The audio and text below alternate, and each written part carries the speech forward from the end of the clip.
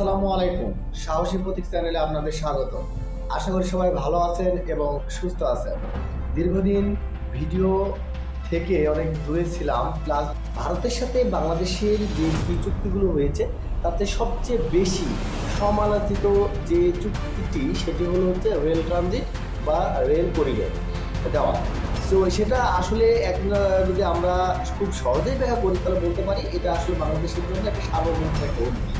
বাকি ব্যাখ্যাটা বিভিন্ন ইউটিউবার বিভিন্নভাবে ব্যাখ্যা করেছে, বিভিন্ন টকশোতে ব্যাখ্যা করা হয়েছে।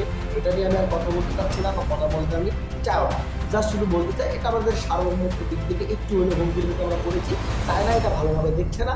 এবং আরেকটি কিছু সাক্ষ্য রয়েছে, সেটা হচ্ছে ইন্ডিয়া থেকে আমরা নাকি কিছু সামরিক কিছু যন্ত্রপাতি বা সামরিক কিছু